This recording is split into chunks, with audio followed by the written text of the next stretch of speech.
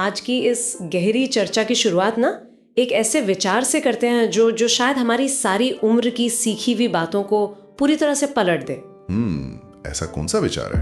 मतलब बचपन से ही ना हमें एक कहावत सिखाई जाती है कि दूसरों के साथ वैसा ही व्यवहार करें जैसा आप खुद के लिए चाहते हैं। हाँ, ये तो बहुत ही आम बात है। गोल्डन रूल कहते हैं इसे। बिल्कुल, और सुनने में ये एकदम आदर्श लगता है, लेकिन जब बात असल जिंदगी में किसी को अपनी बात मनवाने की हो या किसी को अपने नजरिए से दुनिया दिखाने की हो तो शायद ये दुनिया की सबसे खराब सलाह है। अरे बाप रे, ये तो वाकई मतलब काफी चौंकाने वाली बात कह दी आपने। लेकिन सच कहूं तो ये बात पूरी तरह से सच है ना? क्योंकि मुझे भी पहले लगा था कि हाँ, समस्या ये है कि हम अनजाने में ये मान लेते हैं कि सामने वाले का दिमाग भी ठीक वैसे ही जानकारी को प्रोसेस कर रहा है जैसे हमारा दिमाग करता है। हम सबको लगता है कि हम एक ही दुनिया में जी रहे हैं। बिल्कुल, और सफल लोग भी अक्सर यही गलती करते हैं। वे दूसरों को उसी तरीके से मनाने की कोशिश करते हैं जिससे वे खुद किसी बात पर राजी होते हैं। लेकिन असलियत में हर इंसान की मनोवैज्ञानिक बनावट और चीजों को समझने का तरीका पूरी तरह अलग होता है। यानी अगर हमें किसी को अपने साथ किसी विचार या सफर पर ले जाना है तो हमें उनके मनोवैज्ञानिक बस स्टॉप पर जाना होगा। सही कहा, मनोवैज्ञानिक बस स्टॉप बहुत बढ़िया उदाहरण है। हाँ, मतलब ये उम्मीद करना कि वे पहले से हमारे बस स्टॉप पर खड़े होकर इंतजार कर रहे हैं एक बहुत बड़ी भूल है। लेकिन आम जिंदगी में चाहे ऑफिस की मीटिंग हो, क्लाइंट को कोई आइडिया बेचना हो या घर की बहस हो, अक्सर ऐसा लगता है कि लोग एक दूसरे की बात जानबूझकर नहीं समझ रहे हैं। हाँ, और संवाद पूरी तरह से विफल होता दिखता है। एकदम। ऐसा क्यों होता है? दरअसल कोई भी जानबूझकर ऐसा नहीं लड़ रहा होता। मतलब ये पूरा खेल इस बात का है कि हमारा दिमाग जानकारी को फिल्टर कैसे करता है। फिल्टर कैसे करता है? मतलब देखिए, कोई भी इंसान असल वास्तविकता में नहीं जीता है। हर सेकंड हमारे दिमाग पर अनगिनत जानकारियों का हमला होता है। आवाजें हैं, दृश्य हैं, भावनाएं हैं, बहुत सारे विचार हैं। वो तो है। अगर दिमाग हर एक चीज पर ध्यान देने लगे ना तो हमारा सिस्टम पूरी तरह क्रैश हो जाएगा। तो इस जानकारी के बोझ से बचने के लिए दिमाग कुछ जानकारियों को हटा देता है, कुछ को अपनी पुरानी मान्यताओं के हिसाब से तोड़ मरोड़ देता है और कुछ का सामान्यीकरण कर देता है। अच्छा, तो इसका मतलब है कि हम दुनिया को वैसी नहीं देखते जैसी वो है, बल्कि हम अपने खुद के बनाए एक मानसिक नक्शे को देखते हैं। एकदम सही, मानसिक नक्शा। इस बात को ना मैं एक रोजमर्रा के उदाहरण से समझने की कोशिश करती हूँ। मतलब जो लोग सुन रहे हैं उन्हें भी अच्छे से समझ आएगा। मान लीजिए ऑफिस में मेरा कोई नया सहकर्मी आया है और मैं उसे राजस्थान की मशहूर दाल बाटी चूरमा थाली खिलाने ले जाना चाहती हूँ। मेरे अंदर बहुत उत्साह है और मैं जाके कहती हूँ कि चलो यार आज बाहर चलते हैं, कुछ नया ट्राई करते हैं। वहाँ मेन्यू में देखते हैं क्या क्या मजेदार विकल्प है। हाँ, ये तो बहुत ही नॉर्मल तरीका है पूछने का। बिल्कुल। लेकिन वो इंसान एकदम से पीछे हट जाता है और कोई बहाना बना देता है कि आज नहीं फिर कभी चलेंगे।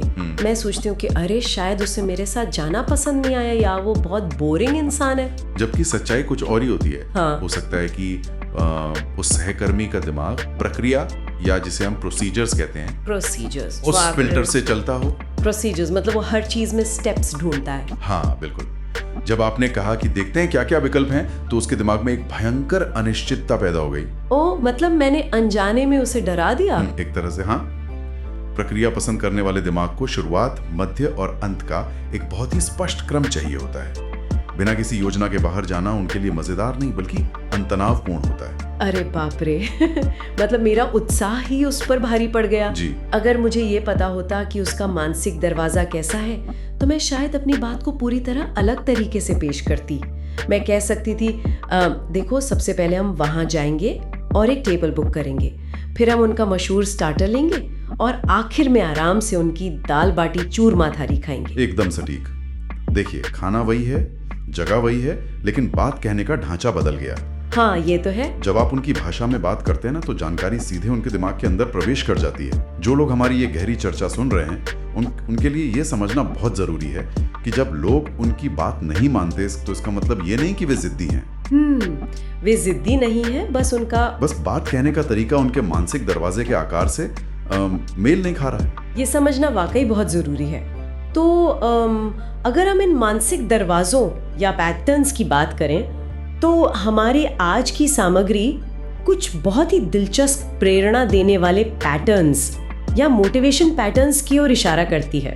जी, इसमें कई अलग अलग पैटर्न्स हैं जो हमारे व्यवहार को चलाते हैं। हाँ, और मुझे ये देखकर हैरानी हुई कि कुछ लोग हमेशा किसी लक्ष्य की ओर भागते हैं जबकि कुछ हमेशा किसी खतरे से दूर भागते हैं। ये क्या है?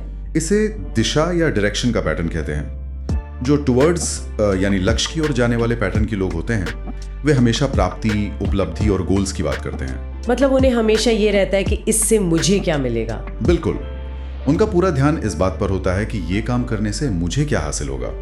और दूसरी तरफ अवे फ्रॉम पैटर्न वाले लोग होते हैं जो चीजों से दूर भागते हैं। हाँ, वे इस बात से प्रेरित होते हैं कि क्या गलत हो सकता है और मैं उसे कैसे रोक सकता हूँ। लेकिन एक मिनट, यहाँ मुझे थोड़ी उलझन हो रही है। क्या ये जो अवे फ्रॉम वाले लोग हैं ये बस नकारात्मक और निराशावादी नहीं होते? ज्यादातर लोगों को यही लगता है, लेकिन ऐसा है नहीं। मतलब हमेशा ये सोचना कि प्रोजेक्ट फेल हो जाएगा या डेडलाइन छूट जाएगी, क्या इस तरह की सोच किसी भी टीम के लिए हानिकारक नहीं है? इसे इस नजरिए से मत देखिए। ये कोई नकारात्मकता नहीं है, ये उनका सुरक्षा तंत्र है और एक बहुत बड़ी ताकत भी है। ताकत? वो कैसे? असल में अवे फ्रॉम वाले लोग किसी भी कंपनी या परिवार के सबसे बेहतरीन ट्रबल शूटर होते हैं। मतलब अगर कोई काम किसी तय तारीख तक पूरा होना है तो टुवर्ड्स वाला इंसान शायद आखिरी दिन तक बहुत आराम से काम करे, ये सोचकर कि अंत में सब ठीक हो जाएगा। हाँ, वो तो गोल्स देख रहा है बस। लेकिन अवे फ्रॉम वाला इंसान को ये डर प्रेरित करेगा कि अगर डेडलाइन छूटी तो बड़ा नुकसान होगा। गलतियों से बचने का यही डर उन्हें सबसे बेहतरीन और समय पर काम करने के लिए प्रेरित करता है। ओह, ये तो नजरिया ही बदलने वाली बात हो गई। इससे अगर किसी भारतीय शादी की तैयारियों से जोड़कर देखे ना तो तस्वीर एकदम साफ हो जाती है। हाँ, बताइए। मतलब घर का एक इंसान इस बात से बहुत खुश है कि सजावट दुनिया में सबसे बेहतरीन होनी चाहिए, डीजे सबसे अच्छा होना चाहिए, तो ये टुवर्ड्स इंसान है। बिल्कुल सही। लेकिन घर का कोई बुजुर्ग लगातार इस बात पे जोर दे रहा है कि देखना भाई, कहीं हलवाई के पास पनीर खत्म ना हो जाए, गैस सिलेंडर एक्स्ट्रा मंगवा लो। वो इंसान अवे फ्रॉम पैटर्न में है। और मजे की बात यह है कि दोनों ही शादी को सफल बनाने के लिए बराबर जरूरी है। बहुत बढ़िया उदाहरण दिया आपने। और सोचिए, अगर आप उस बुजुर्ग को ये समझाने की कोशिश करेंगे कि डीजे कितना शानदार है तो उन्हें कोई फर्क नहीं पड़ेगा। हाँ, वो कहेंगे डीजे का क्या अचार डालना है अगर खाना कम पड़ गया। एकदम, उन्हें तभी शांति मिलेगी जब आप कहेंगे कि चिंता मत कीजिए, हमने 3 एक्स्ट्रा सिलेंडर रखवा लिए। तो अगर आप किसी को कोई विचार बेचना चाहते हैं तो सबसे पहले ये देखिए कि उनका फोकस क्या है, फायदा पाना या नुकसान से बचना। ये बहुत गहरी बात है। ये तो समझ आ गया। लेकिन मुझे एक और परिस्थिति याद आ रही है। ऑफिस में मैंने देखा है कि कुछ लोगों को अगर बॉस कहे कि तुमने बहुत शानदार काम किया है तो उनकी ऊर्जा एकदम दोगुनी हो जाती है। हाँ, वो तारीफ से चार्ज हो जाते हैं। बिल्कुल, वे उस तारीफ के लिए ही काम कर रहे होते हैं। लेकिन कुछ लोग ऐसे भी होते हैं जो बॉस की तारीफ पर कोई खास प्रतिक्रिया ही नहीं देते। वे बस अपना काम करते हैं और उन्हें कोई फर्क नहीं पड़ता कि कौन क्या कह रहा है। क्या ये भी मतलब कोई फिल्टर है? हाँ, ये एक बहुत ही शक्तिशाली फिल्टर है जिसे स्रोत या सोर्स पैटर्न कहते हैं। इसमें 2 मुख्य श्रेणियां हैं, इंटरनल और एक्सटर्नल। इंटरनल और एक्सटर्नल, ठीक है। जो एक्सटर्नल लोग होते हैं ना, उन्हें लगातार बाहरी फीडबैक, दिशा निर्देश और तारीफ की जरूरत होती है। उन्हें ये जानने के लिए कि वे सही रास्ते पर हैं, दूसरों की मोहर या अप्रूवल की आवश्यकता होती है। मतलब अगर उन्हें फीडबैक ना मिले तो वे खोया हुआ महसूस करते हैं, उनका मोटिवेशन गिर जाता है। अच्छा। और इंटरनल लोग अपने खुद के मानकों पर फैसला करते हैं। वे खुद तय करते हैं कि उन्होंने कोई काम अच्छा किया है या बुरा। तो उन्हें दूसरों के अप्रूवल की जरूरत नहीं होती। बिल्कुल नहीं। अगर बॉस उनसे कहता है कि ये काम मंगलवार तक हो जाना चाहिए, तो एक इंटरनल कर्मचारी इसे आदेश की तरह नहीं लेता। तो फिर क्या मानता है वो उसे? वो उसे महज एक सुझाव या जानकारी की तरह लेता है। वो इस जानकारी को अपनी आंतरिक कसौटी पे परखेगा और अगर उसे लगता है कि काम बुधवार तक होना चाहिए तो वो अपने ही मानक को सही मानेगा। अरे बाप रे, ये तो प्रबंधन के लिहाज से बहुत ही मतलब जटिल स्थिति है। बॉस सोच रहा है कि उसने एक सख्त आदेश दे दिया है और कर्मचारी सोच रहा है कि उसे बस एक राय मिली है जिस पर विचार किया जा सकता है। हाँ, और यही सबसे ज्यादा टकराव होता है। लेकिन हम रोजमर्रा की जिंदगी में ऐसे लोगों को पहचानेंगे कैसे? सिर्फ बातचीत सुनकर ये कैसे पता चलेगा कि कोई इंसान इंटरनल है या एक्सटर्नल? उनकी भाषा पर ध्यान दीजिए। ये बहुत आसान है। जब आप किसी से पूछते हैं कि आपको कैसे पता चला कि आपने ये काम अच्छे से किया है, तो एक एक्सटर्नल व्यक्ति हमेशा बाहरी स्रोत का हवाला देगा। वो कहेगा क्योंकि मेरे मैनेजर ने मेरी तारीफ की या क्लाइंट बहुत खुश था। अच्छा। और इंटरनल इंसान क्या कहेगा? वहीं एक इंटरनल व्यक्ति कहेगा मुझे बस पता था या मैंने देखा कि ये मेरे बनाए मानकों पर खरा उतर रहा है। ओह, मतलब अगर मुझे किसी इंटरनल व्यक्ति से कोई काम निकलवाना है तो उसे ये बताना बेकार है कि बाकी लोग क्या कर रहे हैं या बॉस क्या चाहते हैं। एकदम बेकार है। उल्टा वो इससे चिढ़ सकते हैं। तो मुझे उसे ऐसे आंकड़े या जानकारी देनी होंगी जिससे वो खुद ये फैसला कर सके कि ये काम सही है। बिल्कुल सही पकड़े हैं आप। इसी के साथ हम एक और महत्वपूर्ण ढांचे पर आते हैं जिसे कारण या रीजन का पैटर्न कहते हैं। ये ऑप्शंस और प्रोसीजर्स के बीच का अंतर है। हाँ, ऑप्शंस और प्रोसीजर्स जो हमने वो दाल बाटी वाले उदाहरण में देखा था। जी, वही वाला।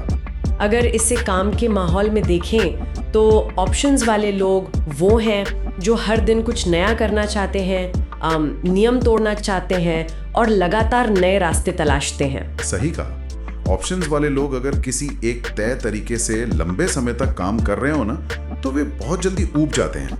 उन्हें आजादी चाहिए। और प्रोसीजर्स वाले? दूसरी तरफ प्रोसीजर्स वाले लोग बिना किसी तय स्टेप बाय स्टेप प्रक्रिया के काम ही नहीं कर पाते। उन्हें बस ये बता दिया जाए कि पहला कदम 1, फिर कदम 2 और फिर कदम 3 करना है, तो वे बहुत खुश रहते हैं। वे शुरू किए गए काम को खत्म करने में माहिर होते हैं। इसे मैं ना रोज सुबह बनने वाली चाय से जोड़कर देखती हूँ। मतलब एक ऑप्शंस वाला इंसान हर दिन चाय में कुछ नया प्रयोग करेगा। हाँ, कभी इलायची, कभी अदरक। बिल्कुल, कभी लौंग डाल दी, कभी पत्ती ज्यादा कर दी। लेकिन प्रक्रिया वाला इंसान हमेशा नाप कर 1 कप पानी, आधा कप दूध, 2 चम्मच चीनी डालेगा और ठीक 3 मिनट तक उबालेगा। सोचिए, अगर हम इन्हें गलत काम दे दें तो तबाही मच सकती है। ऑप्शंस वाले को अगर अकाउंटिंग का काम दे दिया जाए जहां हर नियम का पालन जरूरी है, तो वो वहां भी रचनात्मकता दिखाने लगेगा। हाँ, और वो रचनात्मकता शायद कंपनी को सीधे जेल भिजवा दे। हाँ, बिल्कुल। यही कारण है कि लोगों के मानसिक ढांचे को समझना महज संवाद के लिए नहीं, बल्कि सही जिम्मेदारियां तय करने के लिए भी जरूरी है। तो अब तक की चर्चा मतलब बहुत तार्किक रही है, लेकिन इस पूरे विश्लेषण में ना एक ऐसे पैटर्न का भी जिक्र है जिसे सुनकर मुझे सच में बहुत हैरानी हुई। कौन सा पैटर्न? फीडबैक या सलाह को तुरंत खारिज कर देते हैं। उनका रवैया ऐसा होता है कि मुझे सब पता है, तुम मुझे मत सिखाओ। हाँ, माचो पैटर्न। हम सबके परिवार या दफ्तर में ऐसे लोग होते हैं। बिल्कुल होते हैं, और ये मतलब संवाद की सबसे चुनौतीपूर्ण स्थिति होती है ना। बहुत ज्यादा। ऐसे लोगों को अगर सीधे तौर पर फीडबैक दिया जाए या कहा जाए कि आपको ये करना चाहिए, तो उनका बचाव तंत्र तुरंत सक्रिय हो जाता है। वैसे अपने अधिकार और ज्ञान पर सीधा हमला मानते हैं। तो फिर इनके साथ क्या किया जाए? मतलब यहाँ जो हमने सामग्री देखी है उसमें कहा गया है कि ऐसे लोगों पर सुझाव की भाषा या लैंग्वेज ऑफ सजेशन काम करती है। हाँ, बिल्कुल। और ये भी बताया गया है कि अगर आप उन्हें कहते हैं कि आप इसे अस्वीकार करने के लिए पूरी तरह स्वतंत्र हैं, तो वे बात मान जाते हैं। लेकिन सच कहूँ तो मुझे इस पे थोड़ी शंका है। शंका क्यों? मतलब अगर मैं अपने किसी अड़ियल रिश्तेदार या बॉस से कहूँ कि आप मना करने के लिए आज़ाद हैं, तो क्या वे तुरंत नहीं कहेंगे कि हाँ, मैं मना कर रहा हूँ? ये हैक आम मनोवैज्ञानिक स्तर पर काम कैसे करता है? आपकी शंका बिल्कुल स्वाभाविक है, लेकिन इसे तंत्रिका विज्ञान या न्यूरोसाइंस और मनोविज्ञान के नजरिए से समझिए। अच्छा, समझाइए। जब कोई इंसान बहुत ज्यादा इंटरनल होता है ना, तो उसकी सबसे बड़ी जरूरत अपनी स्वायत्तता या अपनी आजादी बनाए रखना होती है। जब आप उन्हें कोई आदेश या सीधी सलाह देते हैं, तो उनका दिमाग उस जानकारी का विश्लेषण नहीं करता, बल्कि अपनी स्वायत्तता बचाने में लग जाता है। वे बिना सोचे मना कर देते हैं ताकि ये साबित कर सकें कि फैसले वे खुद लेते हैं। अच्छा, तो ये पूरी तरह से एक शक्ति प्रदर्शन का तरीका है। जी, लेकिन जब आप कहते हैं कि आप इस सलाह को पूरी तरह से ठुकरा सकते हैं, ये पूरी तरह आपका फैसला है, तो आप अचानक उनके दिमाग से वो खतरा हटा देते हैं। ओह, मतलब मैंने उन्हें ही कंट्रोल दे दिया। बिल्कुल। अब उन्हें आपसे अपनी स्वायत्तता की रक्षा करने की जरूरत ही नहीं है, क्योंकि आपने खुद ही वो स्वायत्तता उन्हें सौंप दी है। और अब जैसे ही ये खतरा टलता है ना, उनका रक्षात्मक रवैया शांत हो जाता है और वे उस जानकारी के असल गुणदोष पर, मतलब लॉजिक पर विचार करने लगते हैं। यार, ये तो वाकई एक जबरदस्त मनोवैज्ञानिक हथियार है। मतलब हम उनसे बहस नहीं कर रहे हैं, हम बस उस दीवार को गिरा रहे हैं जो उन्होंने अपने चारों ओर बना रखी है। एकदम सही। तो अगर मैं उनसे कहूं कि आप खुद तय कर सकते हैं, लेकिन क्या आपने इस पहलू पर भी विचार किया है, तो ये वाक्य उन्हें मतलब बॉस वाली कुर्सी पर भी बैठाता है और बिना किसी घर्षण के हमारी बात उनकी दिमाग तक भी पहुंचा देता है। यही इसकी सबसे बड़ी खूबी है और ये बहुत ही असरदार है। ये चर्चा तो मतलब बहुत सी आंखें खोलने वाली रही है, पर जो लोग ये चर्चा सुन रहे हैं वे इस भारी भरकम मनोवैज्ञानिक जानकारी को अपनी असल जिंदगी में कैसे उतारे? हाँ, प्रैक्टिकल एप्लीकेशन बहुत जरूरी है। बिल्कुल, इसे स्वाभाविक बातचीत में कैसे लाया जाए।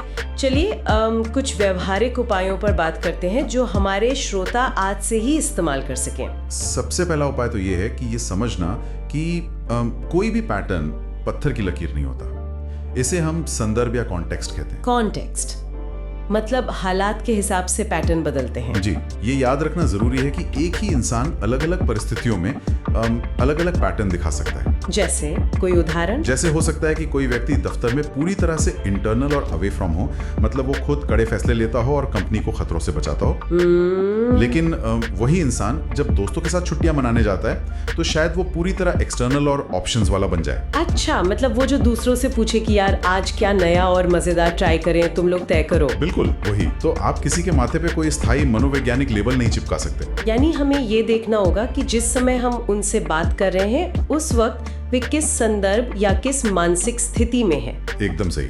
और दूसरा और सबसे असरदार तरीका है मैच मैच मैच लीड तकनीक का इस्तेमाल। मैच मैच मैच लीड सुनने में काफी दिलचस्प है।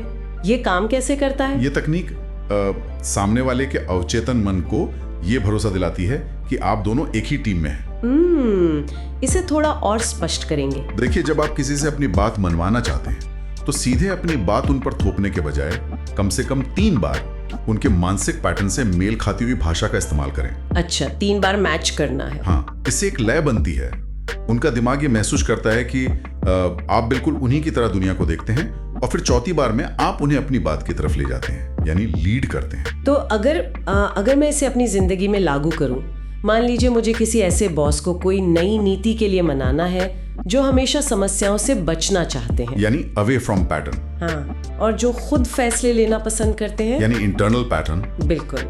तो मैं कुछ इस तरह कहूंगी, चूंकि आप खुद गहराई से जानते हैं कि हमारी टीम के लिए क्या सही है। यहाँ आपने उनके इंटरनल होने को मैच किया। जी, और फिर मैं कहूंगी और हम दोनों ही पिछली बार जैसी प्रोजेक्ट में देरी की गलतियों से बचना चाहते हैं। ये अवे फ्रॉम पैटर्न मैच हो गया। और ये भी नहीं चाहते कि किसी तरह का समय और पैसा बर्बाद हो। ये तीसरा मैच हो गया। तो इसके बाद मैं लीड करूंगी, इसलिए मैंने ये नया ड्राफ्ट बनाया है ताकि आप खुद देखकर ये तय कर सकें कि ये हमारे लिए कितना सुरक्षित है। उफ, ये एकदम आदर्श उदाहरण है। सच में? बिल्कुल। आपने बिना किसी चापलूसी के उनके सोचने की दिशा और उनके फैसले लेने के तरीके को मान्यता दी। उनका दिमाग इस प्रस्ताव को कभी भी किसी बाहरी खतरे या दबाव की तरह नहीं देखेगा। वाह, ये तो कमाल की तकनीक है। इसमें एक आखिरी बिंदु और जुड़ता है जिसे कन्विंसर चैनल कहा गया है। इसके बारे में थोड़ा बताएंगे? जरूर। कन्विंसर चैनल इस बात पर निर्भर करता है कि लोग किसी नई जानकारी पर भरोसा कैसे करते हैं। हर इंसान का एक मुख्य चैनल होता है। मतलब जानकारी अंदर जाने का रास्ता। हाँ, कुछ लोगों को तब तक विश्वास नहीं होता जब तक वे चीजों को अपनी आंखों से न देख लें। ये विजुअल लोग होते हैं। और बाकी? कुछ को सुनकर तसल्ली होती है, वो ऑडिटरी होते हैं। कुछ को विस्तृत रिपोर्ट पढ़ने में भरोसा होता है, वो रीडिंग वाले होते हैं। और कुछ को खुद उस काम को अपने हाथों से करके देखने की जरूरत होती है, ये काइनेस्थेटिक होते हैं। यानी अगर कोई विजुअल इंसान है और मैं उसे घंटों बैठकर सिर्फ जुबानी समझा रही हूँ कि मेरा नया आइडिया कितना शानदार है, तो बात कभी नहीं बनेगी। कभी नहीं।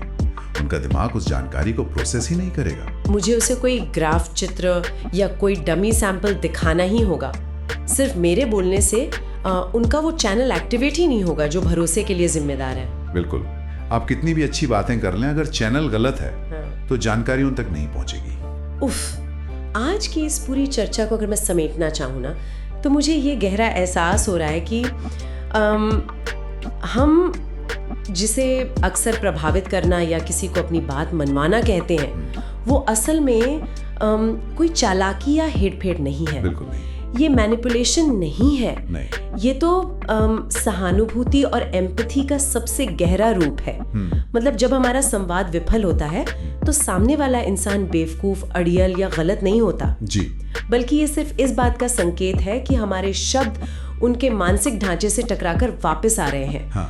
हमें बस अपना प्रसारण उनके चैनल पर सेट करने की जरूरत है। आपने बहुत ही खूबसूरती से इस बातचीत का सार निकाला है। जब हम दूसरों को उनके मनोवैज्ञानिक बस स्टॉप पर जाकर मिलते हैं ना, तो हम असल में उन्हें वो सम्मान दे रहे होते हैं जिसके वो हकदार हैं। हम उनके दुनिया को देखने के तरीके को मान्यता दे रहे होते हैं। बिल्कुल। तो जाने से पहले क्या हम उन सभी लोगों के लिए कोई ऐसा विचार छोड़ सकते हैं जो उन्हें इस गहरी चर्चा के बाद भी गहराई से सोचने पर मजबूर कर दे? जरूर। मेरे पास एक बहुत ही दिलचस्प सवाल है हम सब के लिए। बताइए। आज हमने दूसरों के पैटर्न्स को समझने पे बहुत जोर दिया। हाँ। लेकिन सबसे बड़ा सवाल तो ये है कि खुद हमारे दिमाग ने भी हमारे लिए कुछ फिल्टर बना रखे हैं। अरे हाँ, ये तो है। तो हम सबको खुद से ये पूछना चाहिए कि आपके अपने शब्दों और मानसिक पैटर्न्स ने अभी आपके जीवन की कौन सी बड़ी सच्चाई या मौके को आपसे छिपा रखा है, महज इसलिए क्योंकि वो जानकारी आपके अपने सोचने के तरीके से मेल नहीं खा रही थी। उफ, ये बहुत ही झकझोर देने वाला विचार है जी। मतलब क्या हम खुद की बनाई मानसिक दीवारों के भीतर कैद हैं और उन मौकों को खो रहे हैं जो हमारे फिल्टर के बाहर खड़े हैं? यही सोचने वाली बात है। इस बहुत ही गहरे और शानदार विचार के साथ हम आज की ये विस्तृत चर्चा यहीं समाप्त करते हैं। जो लोग सुन रहे हैं वे इस पर सोचिएगा जरूर, क्योंकि अक्सर हमारे अपने ही फिल्टर हमें पूरी तस्वीर नहीं देखने देते।